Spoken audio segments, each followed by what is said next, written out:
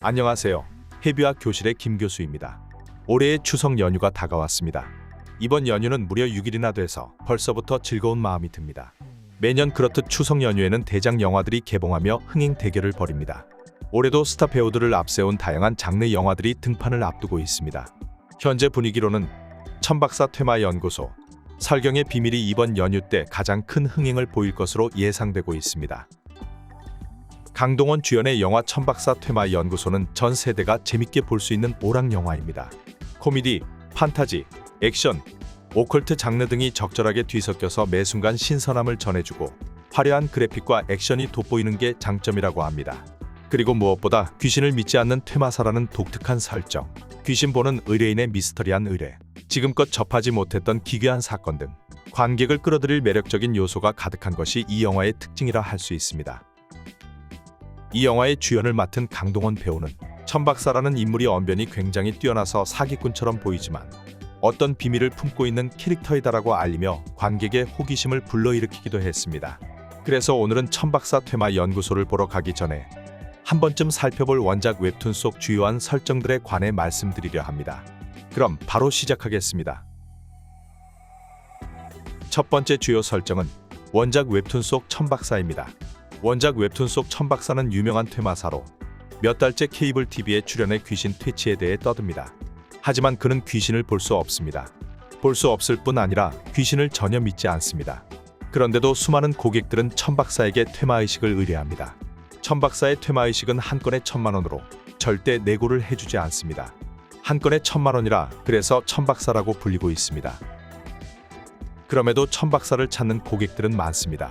천박사는 1,000,000원 이상의 고액을 받고 퇴마의식을 진행합니다. 그때마다 그림자쇼로 고객들을 속입니다. 그림자쇼는 초보자도 1개월이면 습득 가능한 수준의 간단한 마술입니다. 혹여 그림자쇼를 믿지 않는 고객이 있다면 필살기를 사용하기도 합니다. 손안에 숨겨둔 무스카린이란 약물을 손바닥에 몰래 주사하는데 무스카린은 소량만 주사하면 부교감 신경을 활성시켜 동공을 수축시키고 침샘을 자극하는 효과를 줍니다. 무스카린을 주사해 악귀에 씌인 듯한 모습을 보인 뒤엔 아트로핀이란 약물로 해독해 평상시 모습으로 돌아옵니다. 그렇게 한판의 연극을 벌이며 퇴마의식을 선보이고 이를 통해 돈을 버는 생계형 퇴마사인 겁니다. 두 번째 주요 설정은 귀신의 존재에 관해서입니다. 천박사는 세상에 귀신이 없다고 믿습니다. 귀신은 그저 인간의 무의식적 트라우마와 상상의 결합물이라고 생각합니다. 인간의 트라우마를 담은 것이 귀신이니 귀신은 인간의 시선에 의해 상상된 거라 여깁니다. 즉 귀신은 실제하는 것이 아니고 인간이 상상으로 귀신을 만든 거라고 판단합니다. 혹은 조현병 등으로 정신이 피폐해진 사람들이 환시와 환청을 느끼게 되는데 그때 본 형상을 귀신이라고 여기는 거라는 주장도 펼칩니다. 그러니 신병을 앓는 사람들도 귀신이 들린 게 아니라 병에 걸린 사람이라고 판단합니다. 과거 천박사의 아버지는 신병이 걸렸다는 이유로 제대로 된 치료를 받지 못한 채 사망했습니다. 천박사는 아버지의 죽음을 옆에서 지켜보며 의사가 되어 아버지처럼 아픈 사람들을 구해주겠다고 다짐했습니다. 하지만 그는 신경정신과 의사가 되겠다고 열심히 공부하다가 어느 날 학교를 그만두고 잠수를 탔습니다. 사실 천박사의 할아버지는 유명한 무당이었는데 할아버지가 자신의 아들에게 그랬던 것처럼 손자인 천박사에게도 신내림을 받아야 한다고 강요했고 천박사는 그게 싫어서 의대를 자퇴하고 잠수를 탄 거였습니다. 그래도 중퇴하긴 했지만 의대에서 배운 약품 지식 덕에 약품을 이용한 간단한 마술을 선보일 수 있었습니다. 세 번째 주요 설정은 유체이탈입니다. 천박사 퇴마연구소의 원작 웹툰인 빙의에서 상당히 중요했던 소재가 유체이탈이었습니다. 유체이탈이란 영혼이 육체에서 빠져나와 따로 활동한다는 것을 뜻합니다. 웹툰 속에서 한 인물이 유체이탈에 성공하게 됩니다. 육체에서 빠져나온 그의 영혼이 외롭고 고독한 다른 이의 육체 속으로 들어가서 각종 범죄를 저지릅니다. 즉, 유체이탈이라는 형태를 통해 극중 중요한 사건이 발생하는 겁니다. 단순한 유체이탈은 타인에게 영향을 줄 수 없지만 유체이탈한 영혼이 타인에게 빙의하고 제멋대로 육체를 조종하기 때문에 문제가 커지게 됩니다. 원작 웹툰에서와 마찬가지로 영화 천박사 퇴마연구소에서도 유체이탈은 중요한 소재로 사용될 듯합니다. 마지막 주요 설정은 빙의입니다. 빙의란 타인의 영혼이 사람이나 동물의 육체 안으로 들어가거나 깃드는 형상을 뜻합니다. 쉽게 말하면 귀신에 들려 홀리는 걸 말합니다.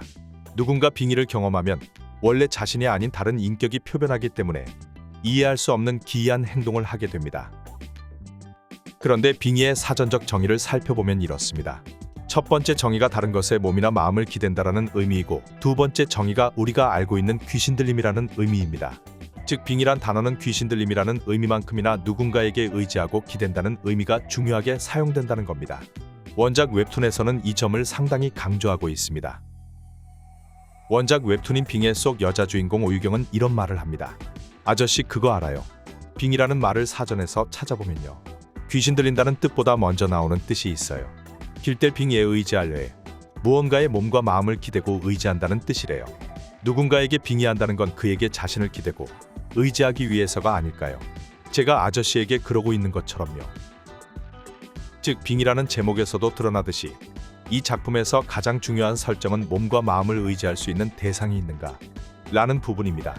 사람이든 귀신이든 의지할 대상이 없다면 그것은 곧 악인이나 악귀가 될 수밖에 없는 요소라는 걸 강조하고 있습니다. 당신은 몸과 마음이 힘들고 외로울 때 당신의 몸과 마음을 온전히 의지할 수 있는 대상이 있습니까? 아마도 영화 천박사 퇴마 연구소 설경의 비밀에서도 이 물음에 대한 답을 주요한 주제로 표현하고 있을 듯합니다. 오늘은 천박사 퇴마 연구소를 보러 가기 전에 한 번쯤 살펴볼 원작 웹툰 속 주요한 설정들에 관해 말씀드렸습니다. 영상이 유익하셨다면 구독과 좋아요 한 번씩 부탁드리겠습니다. 오늘도 끝까지 시청해주셔서 감사합니다. 모두들 즐거운 추석 연휴 보내세요. 지금까지 해뷰학 교실의 김 교수였습니다.